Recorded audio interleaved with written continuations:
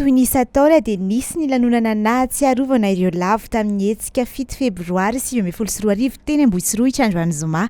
Mpikambana maro teo anivon'ny governemanta, solombavambahoaka, loholona sy governorana Analamanga sy mpanao politika maro no tonga teny an-toerana. Tazana teny ihany koa ny bentanana Antananarivo sy tonga teny an-toerana toy ny isa-taona kosa ny filohan'ny Repoblika nandritra ity fahatserovana ity. Nandefa afatra kosa ny tenany tamin'ny tambazotra serasera ho mariky ny fiombonany amin'izao androm-pahatsiarovana izao.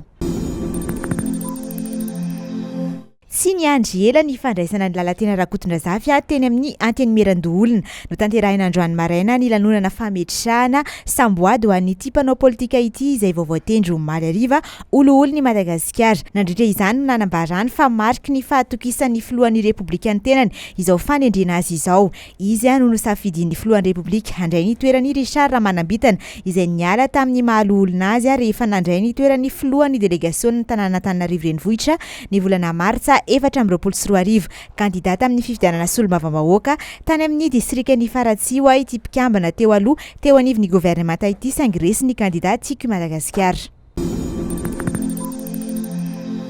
Karatany miisa 7 sy 950 sy 10 alina no nozaraina tao amin'ny commune Ambohitromby distrikan'ny Ankazobe tao anatin'ilay tetikasa tafita izay notanterahina tao amin'ny commune 430. Ny tetikasa tafita moa dia tafiditra ao amin'ny tetikasa Afafi Centre ary tanterahin'ny ministeran'ny fanajariana tany sy ny fanapariam-pahefana. Ny tanjon'ny fizarana karatany dia ny hanomezana an'ireo mpisitraka rafidalàna voaharo sy azo antoka ho an'ny fampiasam-bola amin'ny tany amin'ny alalan'ny karatany. Amin'ny alalan'ireo karatany ireo ohatra dia afaka mahazo fampindramam-bola ara-pambolena tsara kokoa ireo tantsahany an-toerana ary ahavita amatsy vola ireo vokatra ary hanatsara ny fitantanana ny loharano-karena.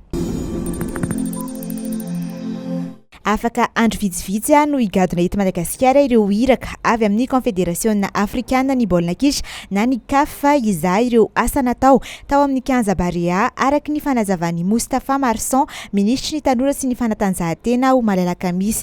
Araky ny nambarana dia tokony ahazo fankatoavana tsara ny 15 Barea aorian'ny fizahana satria efa narahana avokoa ireo toromarika avy amin'ny CAF ary efa vita ireo asa rehetra ankehitriny. Efa voapetraka ireo tourniquet eo ampidirana, efa voasolo koa ny bozaka natoraly ary efa nitarina ny trano fiomanana. Tokony ho azo atao eto Madagasikara noho izany ny lalaon'ny Barea izay tokony atao eto an-toerana manaraka. Ny akaiky indrindra dia ny volana Martsa izao ihaonan'ny Madagasikara amin'ny Centrafrika ao anatin'ny fifanitsanana iadinan'ny amboara-eran-tany 2024.